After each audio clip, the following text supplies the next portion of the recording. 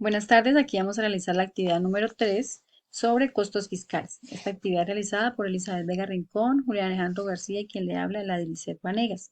Inicialmente vamos a tener en cuenta el primer punto sobre la definición desde la vista fiscal de algunos términos. Uno de ellos es el patrimonio.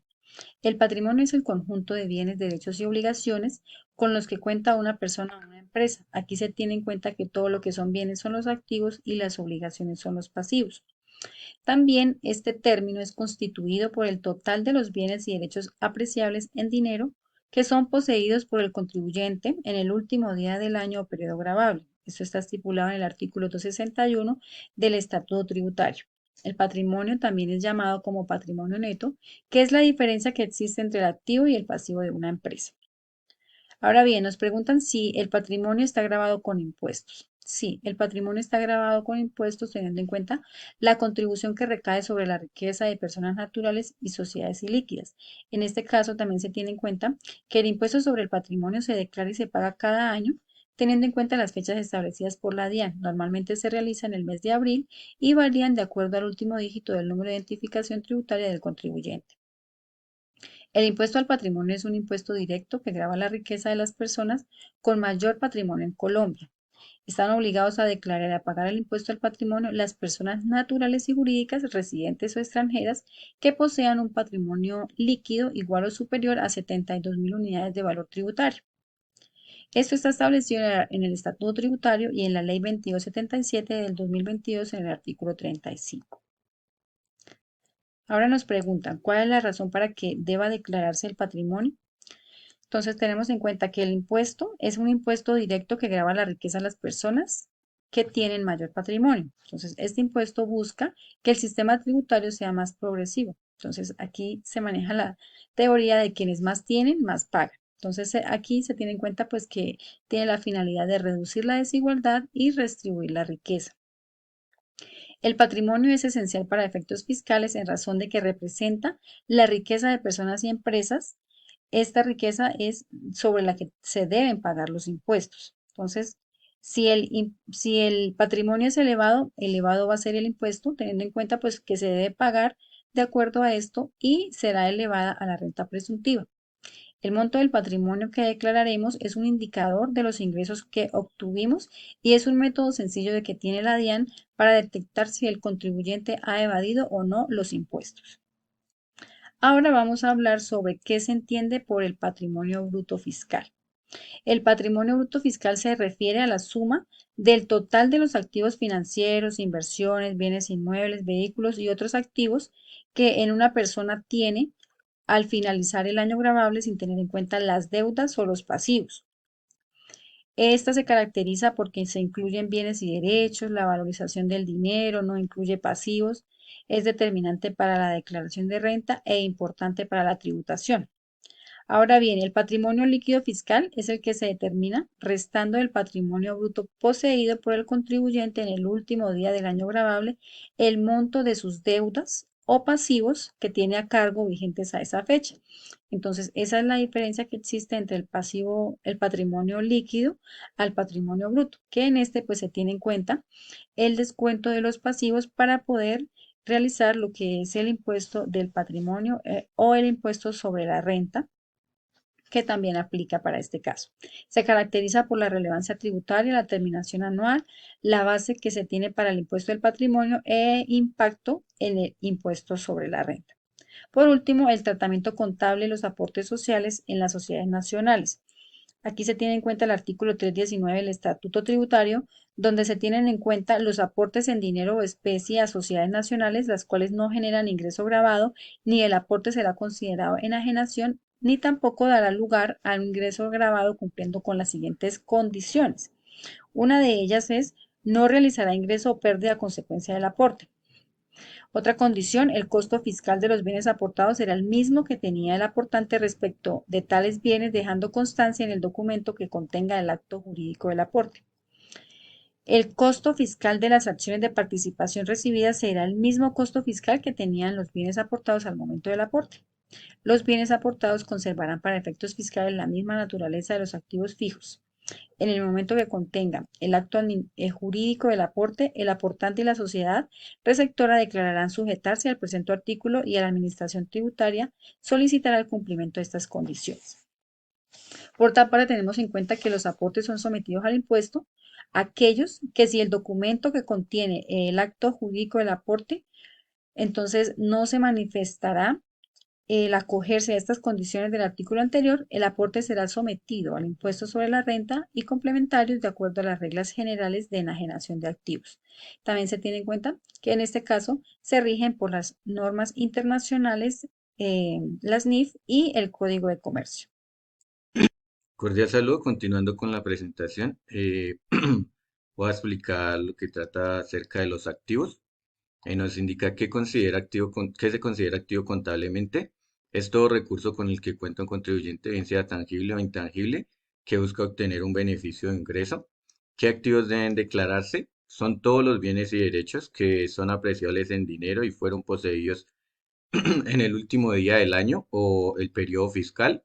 Estos bienes y derechos hacen parte del patrimonio del contribuyente, tanto en el país de origen como en el exterior, y cuyo valor patrimonial sea superior a las 3.580 VTs.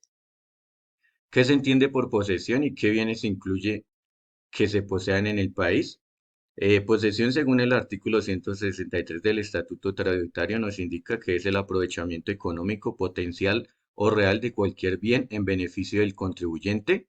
Y según el artículo 165 del Estatuto Tributario, los bienes poseídos en el país son los derechos reales, los bienes corporales ubicados o explotados en el país o los bienes incorporales ubicados o explotados en el país, las acciones y derechos sociales en compañías u otras entidades nacionales. También son las acciones y derechos de residentes colombianos en compañías extranjeras con negocios o inversiones de Colombia, de forma directa o por medio de algún tercero. Los derechos de crédito, si el deudor recibido tiene domicilio en Colombia, salvo se trate de créditos transitorios originados en la importación de mercancías o sobre giros o descubiertos bancarios. Y también tenemos los fondos y activos en el exterior, los vinculados al giro ordinario de negocios en Colombia, así como los activos en tránsito. ¿En qué caso no se consideran bienes poseídos en el país? Según el artículo 166 del Estatuto Tributario, de los bienes no poseídos en el país no se consideran bienes poseídos en el país los créditos obtenidos en el exterior.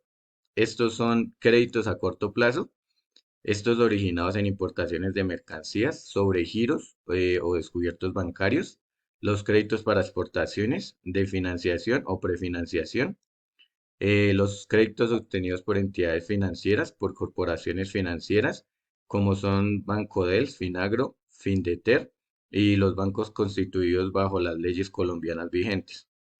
Los créditos para operaciones del comercio exterior a través de corporaciones financieras o a través de bancos colombianos. Los títulos y bonos transados en el exterior que sean emitidos por un emisor colombiano y que sean transados en el exterior. ¿Cuáles son los valores por los cuales se deben declarar los activos? Según el artículo 167 del Estatuto Tributario, los activos deben declararse por su costo fiscal conforme con con el título número uno del mismo Estatuto Tributario, eh, que son para activos no monetarios ajustados por inflación antes del 2007, y el costo ajustado a 31 de diciembre del 2006. Esto salvo normas especiales. ¿Cuáles activos se declaran por un valor patrimonial regulado de manera es- especial según los siguientes artículos del Estatuto Tributario que van del 267 uno al 279? Encontramos el valor patrimonial de los bienes adquiridos por leasing, de los depósitos en cuentas corrientes y de ahorro, de los bienes en moneda extranjera, de los créditos, de los títulos, bonos y seguros de vida, de los derechos fiduciarios, de las acciones, aportes y demás derechos en sociedades, revalorización del patrimonio, acciones de sociedades que no se cotizan en bolsa, de las mercancías vendidas a plazos, valor de los semovientes, de los inmuebles, costo mínimo de los inmuebles adquiridos con préstamos y de los bienes incorporales. ¿Cuál es el valor de depósitos en cuentas corrientes y de ahorros? Para declarar el valor de los depósitos bancarios, se declara el saldo en el último día del año periodo gradable, y para cajas de ahorros se incluye en la corrección monetaria, si es el caso, se aplica, y más el valor de intereses causados y no cobrados.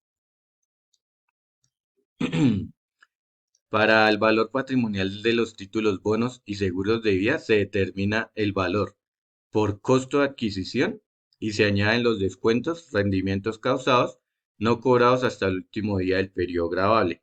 Si se cotizan en bolsa, el valor patrimonial y el rendimiento causado se basan en el promedio de transacciones en bolsa del último mes del periodo gravable. Si no se cotiza en bolsa, el rendimiento causado se calcula en proporción al tiempo de posesión del título y dentro del ejercicio gravable. También tenemos las cédulas de capitalización y pólizas de seguros de vida. Estas se declaran por su valor de rescisión. Los contribuyentes sujetos a la valoración especial se aplican los sistemas especiales según las normas de control. Finalmente tenemos el valor patrimonial de los derechos fiduciarios. Se reconocen de forma separada el activo y el pasivo según el numeral 2 del artículo 102 del Estatuto Tributario. Para el caso del fideicomitente, su valor patrimonial corresponde a su participación en el patrimonio del fideicomiso al final del ejercicio o en la fecha de la declaración. El parágrafo 1 nos indica que se considera derecho fiduciario en cualquier participación en un contrato de fiducia mercantil. Y el parágrafo 2, las sociedades fiduciarias deben expedir anualmente un certificado. Este certificado debe contar con valor de los derechos fiduciarios, el rendimiento acumulado hasta el 31 de diciembre del ejercicio, los rendimientos del último periodo gravable, los ajustes por inflación, se aplica según la normatividad vigente hasta el 2006. Gracias. Cordial saludo, profesor Oscar Dolbardo. Continuando con la sustentación de nuestra actividad, tenemos la segunda parte de nuestros mapas conceptuales sobre los activos. Tenemos lo que son las cuentas por cobrar a clientes, que son aquellas que nacen a partir de un crédito o un bien o servicio prestado por el funcionamiento de la empresa. Estas se dan a futuro. Existen cuatro tipos de cuentas, que son las que se dan a los clientes, que son por las ventas a créditos de la actividad normal, los documentos por cobrar, que son aquellos que están respaldados por documentos legales, como son los pagarés, los que se hacen a los funcionarios y empleados, que por lo general son préstamos otorgados a los mismos empleados y su descuento se da por nómina, y las deudores diversos, que son aquellos que son respaldados con documentos legales, pero que son procedentes de actividades no normales de la empresa. Según el Estatuto Tributario, el artículo 270, su valor patrimonial es aquel que se da por el valor nominal de los créditos. Este valor se disminuirá por insolvencia de los deudores, por el pago total de las obligaciones. Los créditos manifestados como perdidos o sin valor se descargan del patrimonio. Cuando no hay libros, se descarga del crédito, pero se conserva el documento anulado producto de la misma cuenta por cobrar. Las acciones y aportes, las acciones son aquellas que es una proporción de la empresa, que cada una es una cuota del capital social, lo hacen los socios de la empresa, y esto lo es proporcional al número de ellas.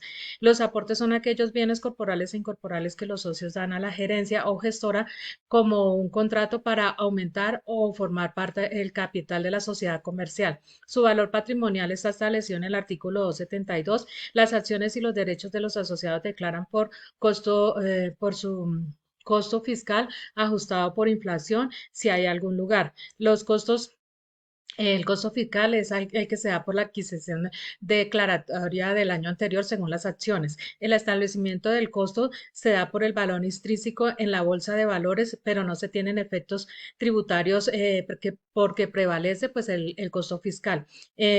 Según el artículo 70 del Estatuto Tributario, el costo de adquisición se reajusta fiscal y para las personas naturales, según el artículo 73, se da esto. El costo de las acciones en el exterior se da por la adquisición a la tasa oficial que de cambio al 31 de diciembre del año grabable. En cuanto a lo que qué son los inventarios y por qué se declaran, bueno, los inventarios son los bienes corporales e incorporales relacionados de forma detallada, ordenada y valorada que componen el patrimonio de una empresa o de una persona en un momento determinado. Se declaran según el artículo 59, el 61, el 62 y el Estatuto y 64 del Estatuto Tributario. Los costos realizados fiscalmente son los costos que devengados contablemente en el año o periodo contable, los activos adquiridos también depende después de la fecha de su adquisición, si fueron del 31 de diciembre del 2016. El costo para los obligados a llevar contabilidad se determina por los sistemas de inventario. Pueden ser periódicos, bueno, según lo que esté establecido. La disminución de los inventarios se da pues por faltantes o por las ventas o la obsolescencia y por aquellos que son asegurados. Los activos fijos, pues son aquellos que no se desgastan o no se usan en el proceso productivo, pero no generan costo o ingreso para la empresa, razón por la cual no dan nada para deducir. Según el artículo 135 del Estatuto Tributario, los activos móviles, tales como las materias primas, bienes y en vía de producción e inventarios y valores mobiliarios, pues estos son los activos no depreciables.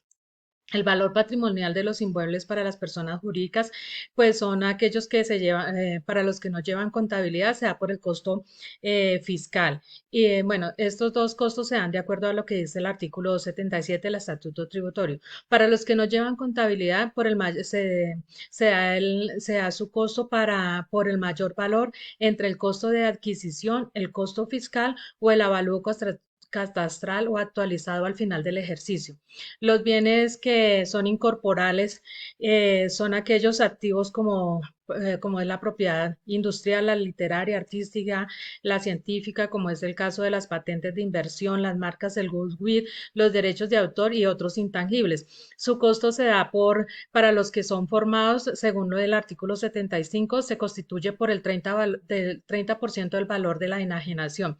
Y para los que no son formados, según el artículo 79, por el costo de adquisición demostrado, más cualquier otro costo directamente atribuible a la preparación del uso del activo, menos la amortización, que se debe declarar para otros activos, pues se declaran los bienes tangibles o intangibles o derechos cuyo valor se convierten en dinero en un plazo máximo de un año.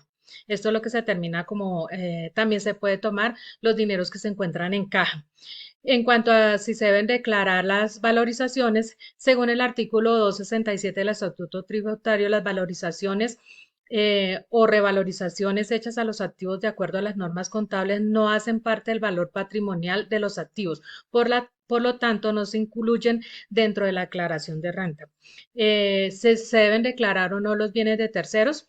Pues esto depende. Si el contribuyente obtiene algún tipo de aprovechamiento económico potencial o real del bien, es decir, tiene posesión del mismo, se hace una declaración sobre este aprovechamiento, porque se supone que el propietario del bien es quien hace la declaración sobre el total del bien inmueble.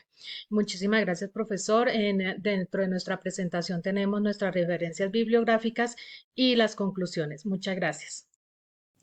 Punto número 3. Conceptos desde la vista fiscal con respecto a la declaración de impuestos de renta.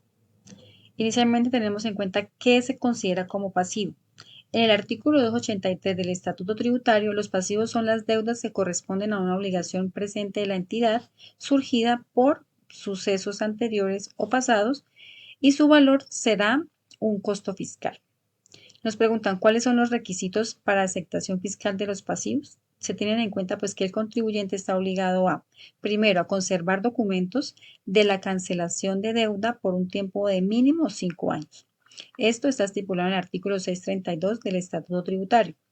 Segundo, los contribuyentes que no estén obligados a llevar libros de contabilidad solo podrán solicitar pasivos que estén debidamente soportados de fecha cierta. Para los demás casos, los pasivos deben estar respaldados por documentos idóneos y formalidades exigidas por la contabilidad. Entonces, aquí tenemos en cuenta estos requisitos y los principales fundamentos legales para esta aceptación están en el Estatuto Tributario en los artículos 107, 117, 283 y 770 y en el Decreto 1625 del 2016. Nos preguntan también cómo se estiman los pasivos en moneda extranjera. En el artículo 285 del Estatuto Tributario, su valor se estima en moneda nacional al momento de su reconocimiento inicial a la tasa representativa del mercado, menos los abonos o pagos medidos a la misma tasa representativa del mercado de reconocimiento inicial. También nos preguntan cuál es el valor que se debe incluir fiscalmente en las cuentas por pagar al sector financiero. Entonces, este valor se tiene en cuenta de la obligación pendiente de pago a la fecha del corte del periodo gravable. Son los saldos de deudas que tienen las empresas con entidades financieras por concepto de préstamos o créditos. Aquí se tienen en cuenta los bancos y las cooperativas con los cuales ellos hayan adquirido este tipo de situaciones. Sus aspectos más importantes son la valorización, las diferencias de cambio, los intereses, la documentación y la información en las declaraciones tributarias. Ahora, nos preguntan el valor que se debe incluir como pasivo laboral. Entonces, aquí se tiene en cuenta el valor de las obligaciones laborales que tenga la entidad con respecto al pago de empleados como resultado de su trabajo, que son devengados y que están pendientes por pagar a la fecha del corte. Sus componentes son los salarios, las prestaciones sociales, en las que incluye cesantías, intereses de cesantías, primas de servicios y vacaciones y otros servicios.